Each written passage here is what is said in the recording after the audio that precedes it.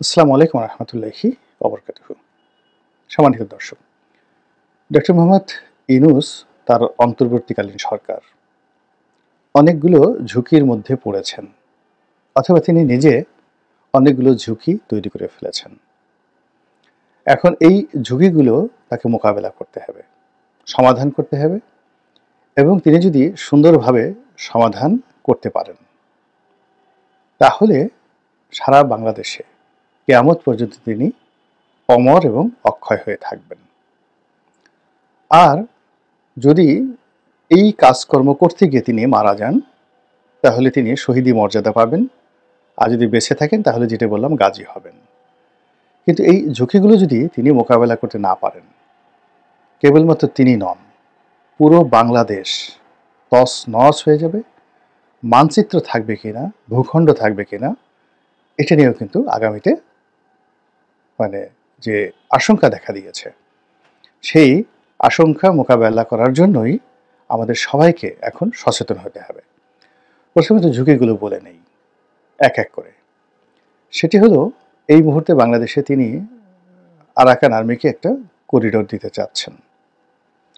মূলত এখানে যে কথা বলা হচ্ছে, প্রথম কথা যেটি হলো যে আরাকান রাজ্যে যে সকল যুদ্ধাহত মানুষ রয়েছেন, অভাগী মানুষ রয়েছেন, অভাবী মানুষ রয়েছেন, যাদের জাতিসংঘের সাহায্য এবং সহযোগিতা দরকার, তো তাদেরকে এই বাংলাদেশের ভূমি ব্যবহার করে, অর্থাৎ আমেরিকা থেকে, লন্ডন থেকে, ইউরোপ থেকে, বিভিন্ন দেশ থেকে জাতিসংঘের ব্যানারে সাহায্য আসবে এবং সেই সাহায্যগুলো তারা এই বাংলাদেশের ভূমিতে রাখবে এবং এইগুলো এখান থেকে তারা সেই আরাকান রাজ্যে পাঠাবে। তো এটা যদি আপনি চিন্তা করেন যে জাতিসংঘের এই যে মহৎ কাজ, এই মহৎ কাজ কিন্তু তারা গাজাতে করতে পারছেন না, তারা সিরিয়াতে করতে পারছেন না। জাতিসংঘের ত্রাণবাহী ট্রাকগুলো দিনের পর দিন ইয়ামেনের হুতিদের এলাকাতে ঢুকতে পারছে না, অসংখ্য মানুষ সেখানে না খেয়ে মরছে। আর সেই ত্রাণবাহী, জাতিসংঘের ত্রাণবাহী যে ট্রাক, সে ট্রাকের উপর মার্কিন যুক্তরাষ্ট্র বোমা বর্ষণ করছে। এটা রিয়ালিটি ইয়ামেনের ক্ষেত্রে। সিরিয়ার ক্ষেত্রে একই অবস্থা। আর গাজার ক্ষেত্রে তো আপনি জানেন যে গাজাতে প্রায় 8,000-10,000 ট্রাক সেই বাইরে দাঁড়িয়ে আছে খাবার দাবার নিয়ে, আর ইসরায়েলি সৈন্য সেখানে তাদেরকে ঢুকতে দিচ্ছে না, আর মানুষজন সেখানে না খেয়ে মরছে। তো এই হলো মধ্যপ্রাচ্যে জাতিসংঘের ভূমিকা এবং যাকে বলা হয় আমেরিকার ভূমিকা। অন্যদিকে আমাদের এই যে রোহিঙ্গাদেরকে আমরা যে আশ্রয় দিয়েছি, এখন দেখুন এই রোহিঙ্গাদেরকে যে টাকা দেওয়া হচ্ছে, শেখ হাসিনার জমানাতে অলমোস্ট 50 থেকে 60,000 কোটি টাকা আমাদের রাষ্ট্রীয় কোষাগার থেকে আমরা নিজস্ব টাকা আমরা এই রোহিঙ্গাদের পিছনে খরচ করেছি। এই রোহিঙ্গাদেরকে বাংলাদেশে ঢুকানোর পেছনে চীনের চক্রান্ত ছিল, ভারতের চক্রান্ত ছিল এবং আমেরিকারও চক্রান্ত ছিল। কিন্তু চীন, ভারত এখানে চক্রান্তে তারা পিছিয়ে গেছে। এই সময়টিতে রোহিঙ্গা জনগোষ্ঠীর উপর সবচেয়ে বেশি প্রভাব বিস্তার করছে আমেরিকা। এবং এখানে আরাকান আর্মি যে যুদ্ধে, তারা এখনো পর্যন্ত সেখানে সফলতা অর্জন করেননি আরাকান রাজ্যে। তো তারপরেও তারা যে সফলতার যতটুকু দেখিয়েছেন, যে যুদ্ধ তারা চলছে, সেখানে আমেরিকা যে মদদ দিচ্ছে তাদেরকে, সেই মদদের জন্য সবাই জানে যে একটা চেইন দরকার। সেই চেইনটা, সাপ্লাই চেইনটা তারা ভারত দিয়ে করতে পারছেন না, সেই সাপ্লাই চেইনটা তারা মায়ানমার দিয়ে করতে পারছেন না, সেই সাপ্লাই চেইনটা তারা চীন দিয়ে করতে পারছে না। তাদের এখন একমাত্র ভরসা হলো বাংলাদেশ। এবং এই বাংলাদেশের বে অফ বেঙ্গলের এই জায়গাতে একটা মার্কিন ঘাঁটি তৈরি করার জন্য আজকে দেখলাম পেপারে যে সেই মার্কিন ঘাঁটি তৈরি করার জন্য তারা 60-এর দশক থেকে চেষ্টা চালাচ্ছে।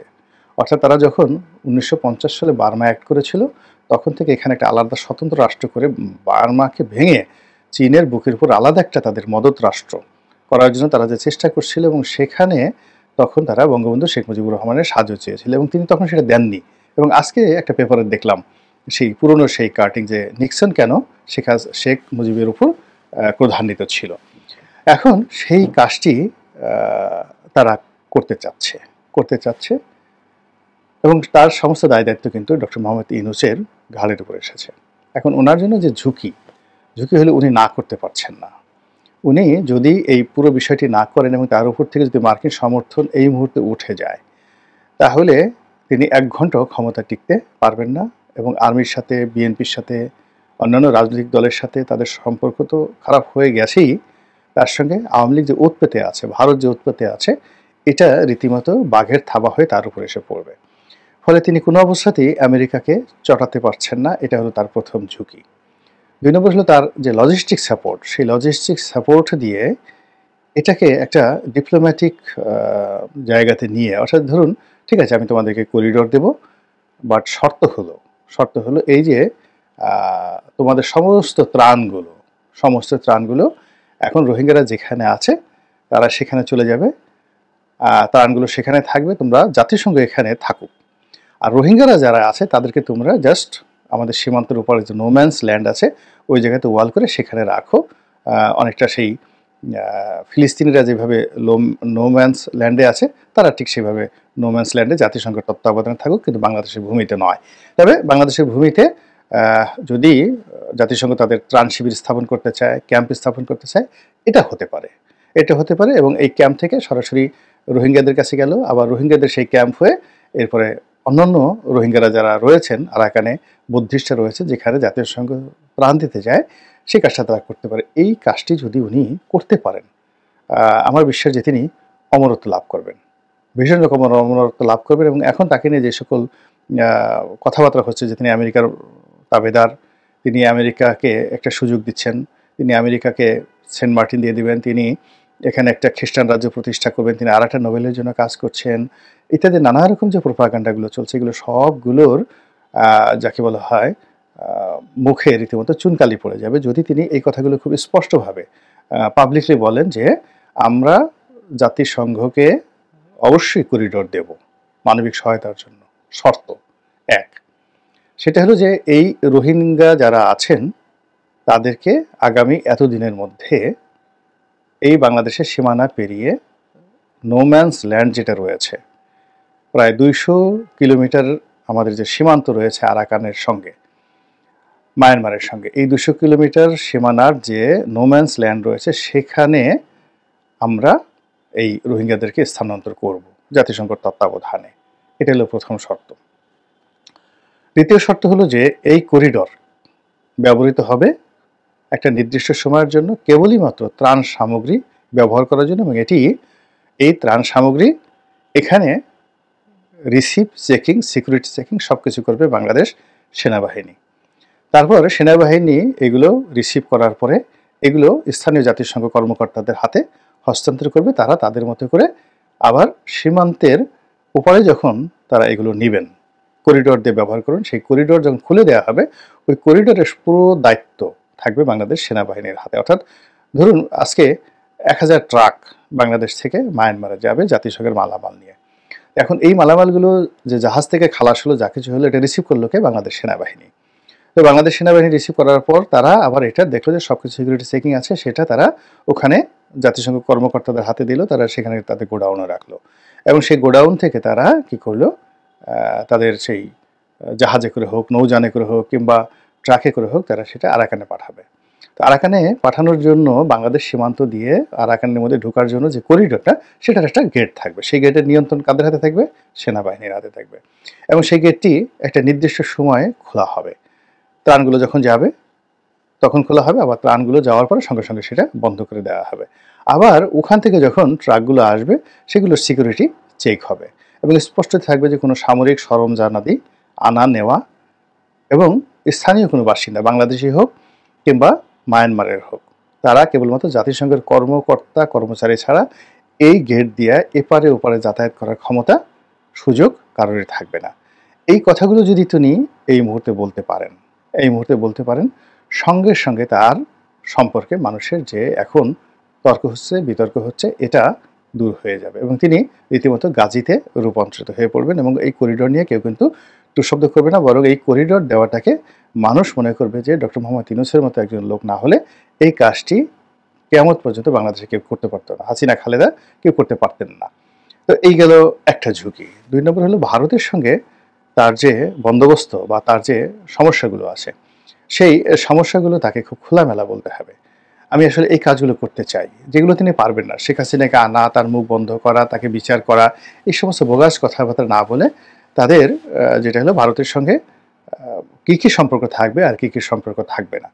যদি সম্পর্ক থাকে ভালো কথা, আর যদি না থাকে তাহলে সীমান্ত বন্ধ করে দিয়ে একেবারে পরিপূর্ণভাবে ভারত বিরোধী একটা যে সেন্টিমেন্ট, সেই সেন্টিমেন্টকে যদি তিনি ধারণ করেন, তাহলে তার বিরুদ্ধে কথা বলার মতো বাংলাদেশে কোনো লোক থাকবে না। তিনি যদি বলেন যে না ঠিক আছে, ভারতের সঙ্গে আমি চেষ্টা করেছি বন্ধুত্ব করার জন্য, তারা আওয়ামী লীগকে নিয়ে থাকবে, তারা শেখ হাসিনাকে নিয়ে থাকবে, থাকুক না, অসুবিধা কী।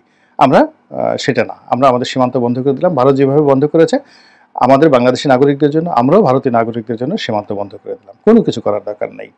এবং ভারত যদি আমাদেরকে চোখ রাঙায় দেয়, আমরাও দেবো। তারা যদি যুদ্ধ করে, আমরাও যুদ্ধ করব। আবার যদি আগামী তারা বন্ধুত্ব করতে চায়, আমরাও তাদের সঙ্গে বন্ধুত্ব করব। স্যার বাংলা কথা। তারা যদি তিস্তার পানি না দেয়, আমরা এখানে তিস্তা ব্যারেজ নির্মাণ করব। এই কথাগুলো তিনি যদি খুব 3 থেকে 4টি পয়েন্টে খোলামেলা বলে দেন এবং সেটা স্ট্রং থাকেন, তাহলে লোকজন একেবারে তাকে বাঁচলে শহীদ, মরলে গাজী, এই অবস্থা তাকে গ্রহণ করবে। থার্ডলি হলো ইকোনমিক যে দুরবস্থা, এটার জন্য তাকে খুব স্ট্রং হতে হবে। ইতিমধ্যে দেখেন বেক্সিমকোর যে গার্মেন্টসগুলো বন্ধ হয়ে গেছে, 40,000 লোক বেকার। 5 জন করে যদি হয় 2 লাখ সদস্য, অর্থাৎ 40,000 লোক বেক্সিমকোতে চাকরি করত, যাদের সহায় সম্পত্তি, খানাপিনা সব এই প্রতিষ্ঠান থেকে আসতো। তারা এখন বেকার। তাদের এক একজনের পরিবারে 5 জন করে সদস্য থাকলে 2 লাখ লোক এই বিপদের মধ্যে পড়েছে।